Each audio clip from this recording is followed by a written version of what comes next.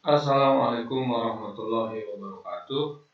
Selamat berjumpa kembali dalam mata kuliah keamanan sistem komputer. Alhamdulillah hari ini kita masuk ke pertemuan yang ke-12 dan pokok bahasan pada pertemuan hari ini kita akan membahas mengenai etika IT di keamanan sistem komputer. Oke, ya, kita mulai saja. Yang pertama, keamanan komputer itu sendiri merupakan cabang teknologi yang dikenal dengan nama keamanan informasi yang diterapkan pada komputer.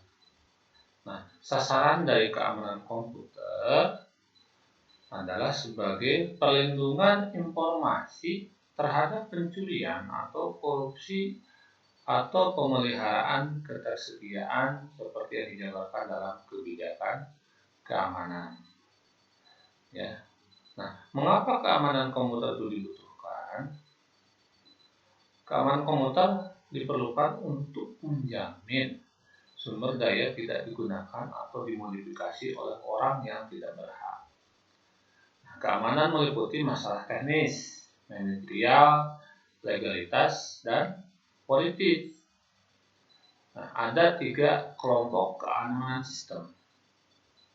Yang pertama adalah keamanan eksternal, external security. Yang kedua adalah keamanan interface, memakai user interface security. Dan yang terakhir adalah keamanan internal, internal security. Nah, apa yang maksud dengan keamanan eksternal? Keamanan yang berkaitan dengan fasilitas-fasilitas komputer dari penyusup dan bencana alam seperti kebanjiran, kebakaran ataupun kebanjiran yang akibat alam, ya, atau dari kejahatan, pencurian, penyusup dan sebagainya dari luar, bukan dari organisasi. Yang kedua, keamanan interface memakai. Ini keamanan yang berkaitan dengan identitas, ya, dan identifikasi pemakai sebelum pemakai diizinkan mengakses program dan data yang disimpan. Contoh, penggunaan password, sehingga hanya orang yang berhak sajalah yang dapat menggunakan sumber daya yang diperlukannya. Dan yang ketiga, keamanan internal atau internal security. Ini keamanan yang berkaitan dengan keamanan beragam kendali yang dibangun pada perangkat keras hardware dan sistem operasi yang menjamin operasi handal dan tidak terkorupsi untuk menjaga integritas program dan data. Nah, biasanya keamanan ini dibangun secara perangkat lunak atau software. Oke. Nah, bagaimana etika keamanan komputer? Nah, yang dimaksud dengan etika komputer ini merupakan seperangkat asas atau nilai yang berkenaan dengan penggunaan komputer. Ini anonim 2012. Seperangkat asas, nilai-nilai, kalau dulu namanya norma-norma, ya. Jadi kalau kita bicara aturan itu ada aturan-aturan yang secara tertulis, ada juga aturan-aturan yang tidak tertulis. Nah, etika keamanan komputer pun ada 2, ada yang bersifat tertulis itu dalam bentuk sebuah aturan, ada juga yang tidak tertulis, etiket. Nah, ini yang kadang-kadang tidak semua orang memahami ini, ya. Seperti halnya kita dalam beretika keseharian itu. Sekarang nilai-nilai normal itu sudah terkikis di lingkungan kita itu, sehingga tidak secara sadar orang itu sudah kehilangan jati dirinya, kehilangan etikanya. Ya. Oke, lanjut. Nah, apa sih isu-isu dalam etika komputer ini? Pertama, jelas adalah kejahatan komputer crime. Yang kedua, e-commerce. Yang ketiga, pelanggaran hak atas kekayaan intelektual atau hak cipta. Ya, contohnya sebenarnya kalau kita bicara idealisme institusi pendidikan, di Karisma ini termasuk yang bagus menurut saya. Kenapa? Di Karisma berprinsip dengan simbolnya atau dengan go open source-nya. Itu menandakan bahwa sistem Karisma emang ingin tidak adanya pelanggaran atas kekayaan intelektual. Jadi kalau kita sebagai pihak-pihak yang berada di institusi pendidikan tapi melanggar kekayaan intelektual, contohnya apa? Pembajakan. Sebenarnya kalau kita akui pembajakan itu adalah pelanggaran, walaupun kita tahu emang kalau kita beli software lisensi hanya minta ampun, mahasiswa mana mau ya. Begitu pun kampus, hanya kampus-kampus yang punya aset dan fasilitas yang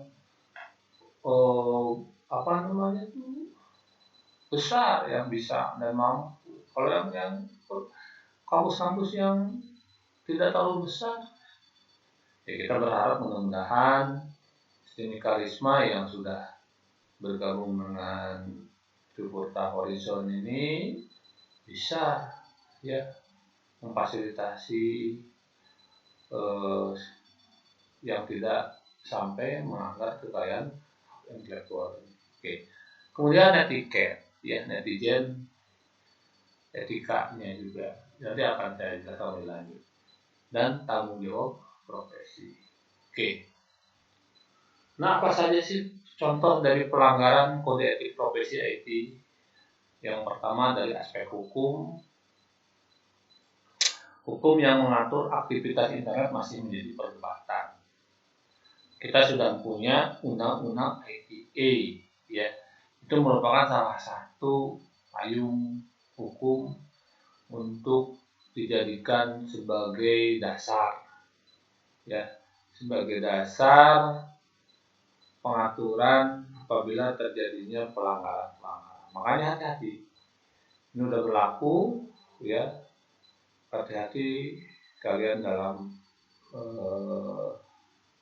melakukan aktivitas di internet ini. Yang kedua, aspek teknologi. Teknologi memiliki banyak memanfaatkan, tetapi tidak jarang juga untuk kejahatan. Memang itu bagaimana orangnya. Ada istilah the man behind the gun, ya, atau the gun behind the man. Ya, artinya senjata itu akan menjadi berbahaya apabila di belakangnya ada orang yang tidak bertanggung jawab. Tapi kalau orang yang bertanggung jawab, ya akan menjadi bermanfaat. Contohnya adalah aparat kepolisian yang memiliki senjata. Mereka sudah dilatih, sudah disumpah, penggunaannya juga sudah tahu. Jadi tidak sembarangan. Jadi bermanfaat untuk apa? Melindungi masyarakat. Cuma kalau penjahat, begal, punya senjata, dimanfaatkan untuk kejahatan. Nah ini, ya. Oke.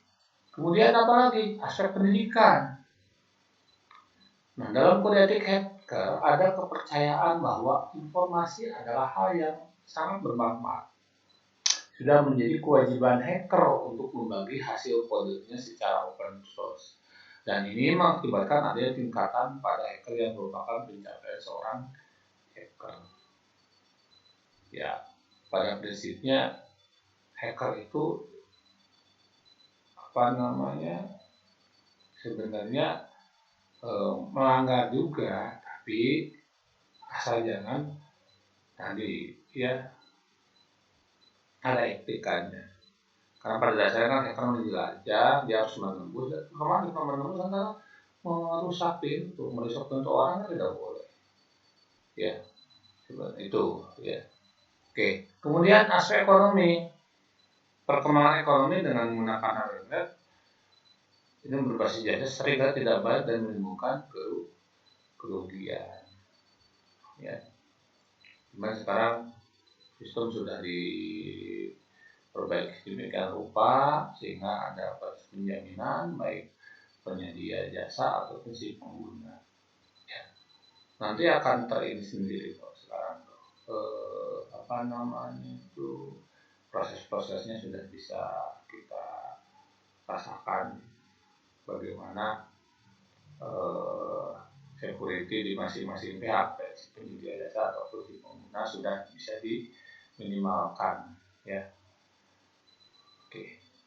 Kemudian selanjutnya aspek sosial budaya, ya.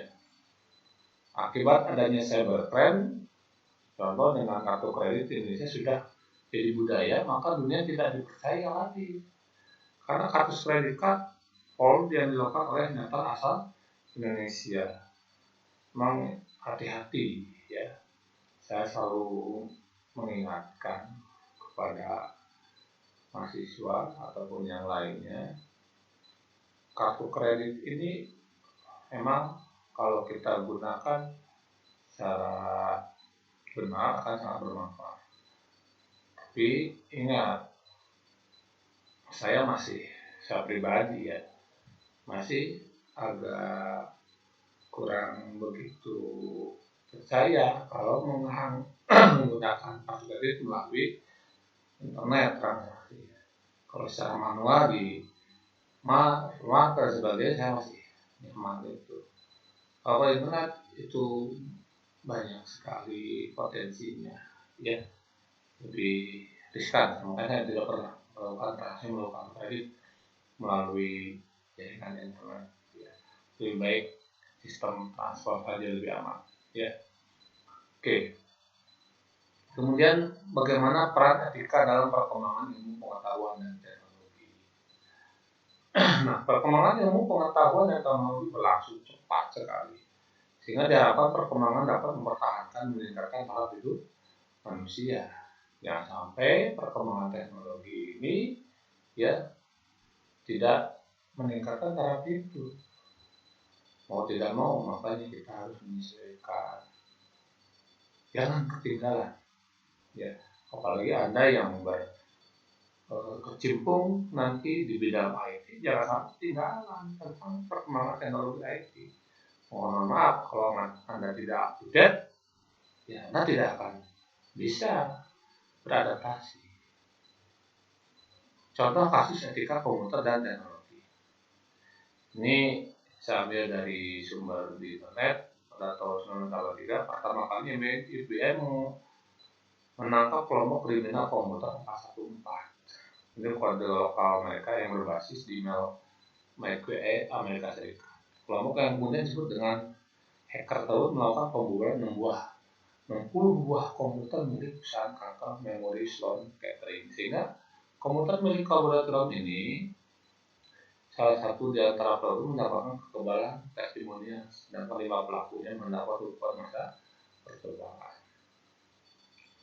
Contoh lagi pelanggaran hak cipta di internet.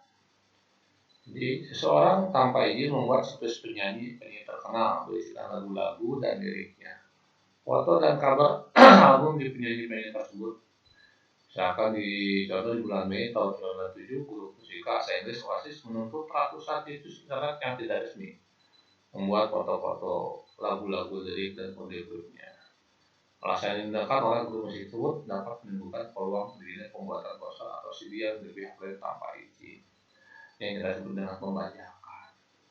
Ya, seperti Australia, AMCOS, ya, Australian Mechanical Copyright Owners Society atau ANPAL, ya, Australian Music Publishers Association telah menghentikan pelanggaran di internet yang dilakukan oleh mahasiswa Monash University. Sekarang banyak juga ya situs-situs, tapi nggak tahu di Indonesia kepedulian terhadap hak cipta ini masih begitu kurang. Ya, kita kayak masih banyak kayak film-film yang beredar kita download secara gampang melalui Gano ataupun yang lain. Padahal itu menurut saya pelanggaran hak cipta. Kenapa? Mereka membuat itu menggunakan biaya dan perlu hak cipta. Ya, jadi susah. Ya, itu masalah mental. Oke. Nah, kejahatan itu komputer ini meningkat kenapa? Ini benar saya sampaikan sebelumnya. Meningkat karena pengguna komputer di internet. Banyaknya software melakukan probe dan penyusupan ke internet dan bisa didownload secara gratis. Ya, meningkatnya kemampuan pengguna. Karena kan semakin banyak orang yang bisa dan semua golongan. Ya, baik yang mampu tidak mampu, yang penting dia punya keinginan untuk selancar di internet, dia akan pintar, otodidak terhadap kemampuan komputer itu semakin banyak. Tidak perlu kuliah resmi, mereka bisa. Nah, kalian sebagai yang mahasiswa yang secara resmi mengikuti pendidikan yang harus lebih dari mereka. Tapi memang yang diperlukan ketekunan. Kemudian kurangnya hukum yang mengatur kejahatan komputer. Alhamdulillah ini sekarang sudah ada undang-undang ITE, dan ini dijadikan sebagai payung hukum. Walaupun memang masih ada sesuatu yang belum sempurna, tapi minimal bisa dipakai. Kemudian semakin banyaknya perusahaan yang menghubungkan jaringan dengan internet dan meningkatnya aplikasi bisnis yang menggunakan internet. Oke, klasifikasi kejahatan komputer. Yang pertama adalah keamanan yang berhubungan dengan orang, persona. Identifikasi username dan password, ya, profil resiko dari orang yang punya akses pemakai dan pengelola. Kemudian keamanan dari data, media serta teknik komunikasi. Kemudian keamanan dalam beroperasi. Oke, masalah etika. Ada 10 etika pengguna komputer yang perlu kita perhatikan. Pertama, jangan menggunakan komputer untuk membahayakan orang lain. Yang kedua, jangan mencampuri pekerjaan komputer orang lain. Jangan kepo. Yang ketiga, jangan mengintip orang lain. Itu berkaitan dengan privasi. Jangan menggunakan komputer untuk mencuri, kalau itu kejahatan. Jangan menggunakan komputer untuk menipu orang lain. Jangan menggunakan atau menyaring perangkat lunak yang belum dibayar. Nah, itu yang tidak berlisensi. Jangan menggunakan sumber daya komputer orang lain tanpa otorisasi. Jangan mengambil hasil intelektual orang lain untuk diri sendiri. Pikirkanlah mengenai akibat sosial dari program yang kalian tulis. Dan terakhir, gunakan komputer dengan cara menunjukkan ketenangan dan penghargaan. Jadilah etika, ya, mahasiswa IT yang beretika. Nah, ethical hacking beretika. Maksudnya apa? Ethical hacking aktivitas penjebolan penyusupan suatu sistem komputer dengan menyertakan izin dan pengetahuan dari pemilik sistem tersebut. Ya, itu biasanya emang di perusahaan di luar negeri itu hacker itu dia meminta izin untuk mencoba membobol, ya, menyusup. Nanti kalau dia berhasil, dia akan menginformasikan sebagai masukan terhadap sistem tersebut. Ini adalah kelemahan atau lubang-lubang yang berpotensi, ya, bisa disusupi. Nah, ini saling menguntungkan, ya. Nah, sangat diperlukan untuk membebaskan kita hacker dari jeratan hukum, dan sangat diperlukan sebuah perjanjian antara etika hacker dan pemilik sistem tersebut. Kita sih masih belum populer, tapi di luar sudah seperti ini kondisinya. Oke, hacking. Hacking sendiri ini merupakan suatu tindakan memasuki suatu sistem orang lain secara tidak sah untuk mendapat mengetahui bahkan mempelajari segala jenis kegiatan dengan cara kerja dari sistem yang dia masuk. Itu hacking. Biasanya orang nanti motivasinya beda-beda. Ya, dulu pernah saya sampaikan perbedaannya.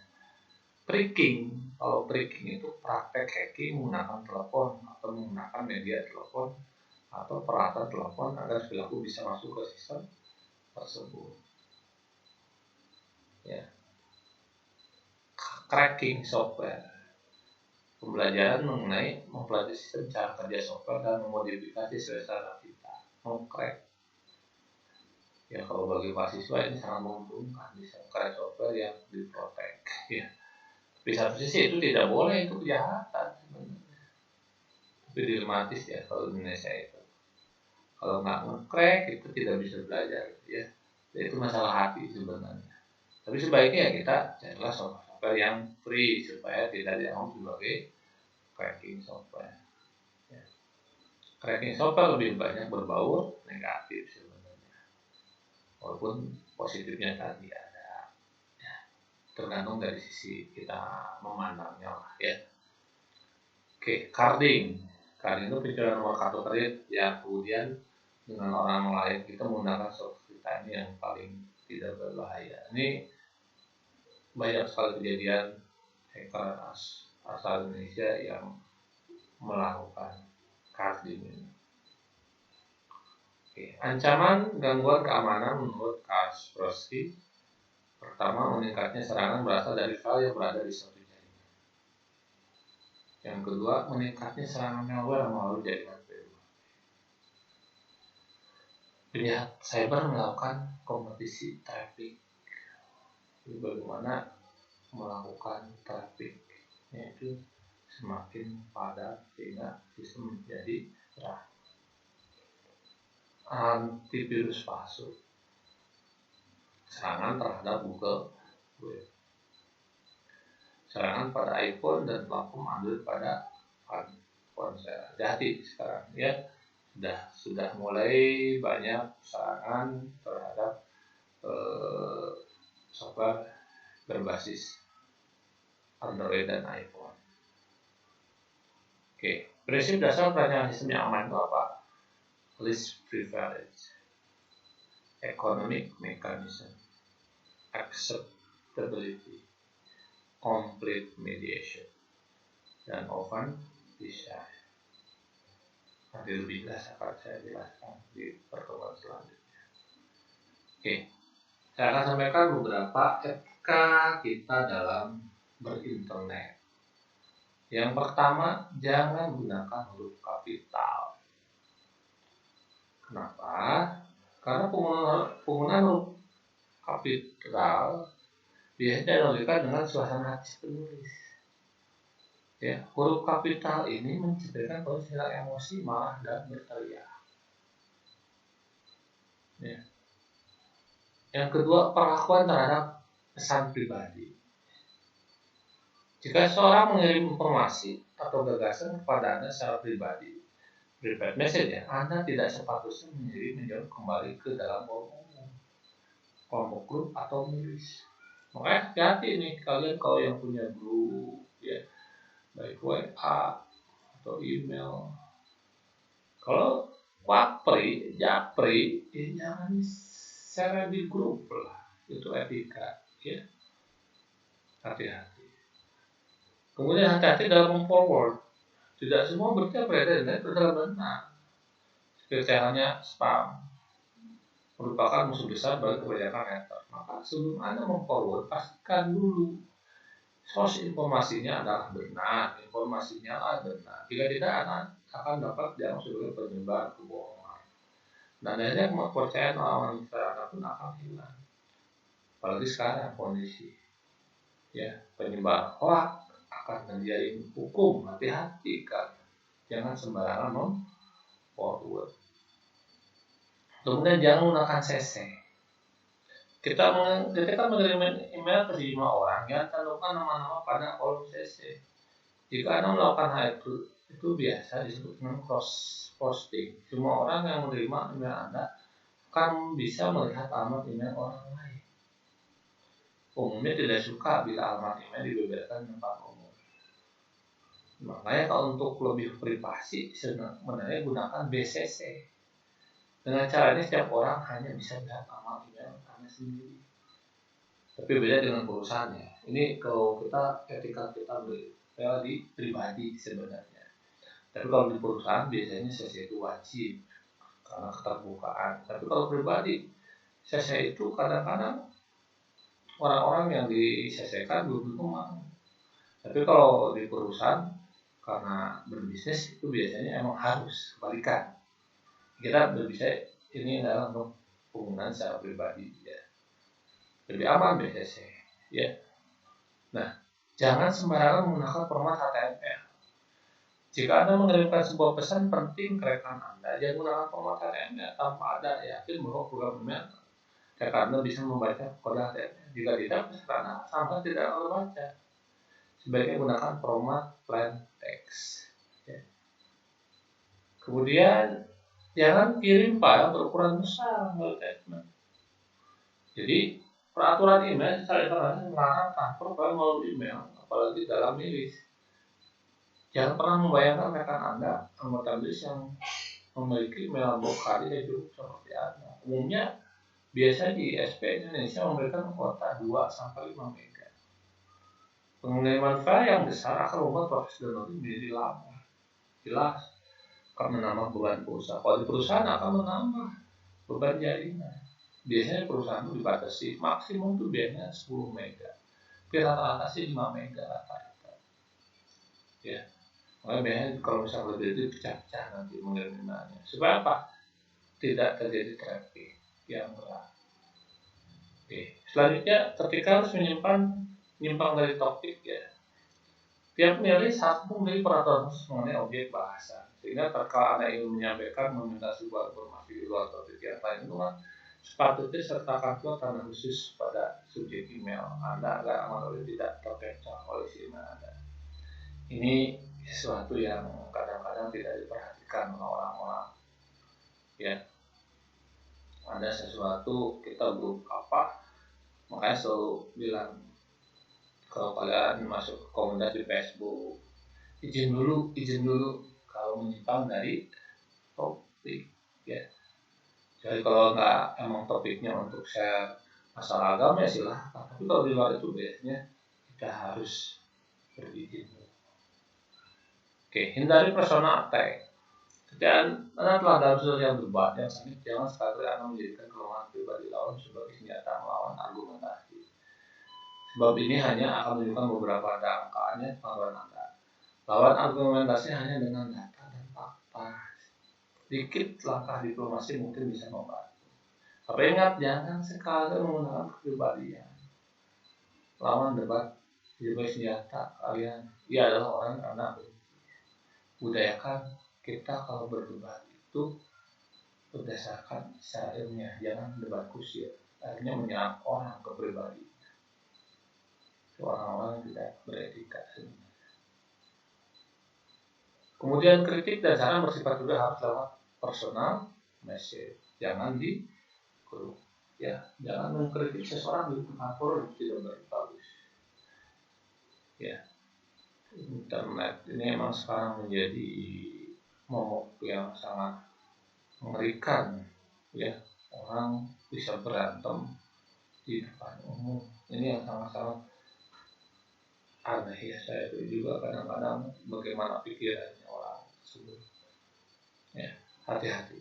Oke, mungkin itu saja pembahasan mengenai keamanan sistem komputer dengan mengenai etika seorang IT. Mudah-mudahan bermanfaat. Silahkan kalau ada yang mau ditanyakan, sampaikan di komentar kelas. Terima kasih. Selamat berjumpa di pertemuan selanjutnya. Assalamualaikum warahmatullahi wabarakatuh.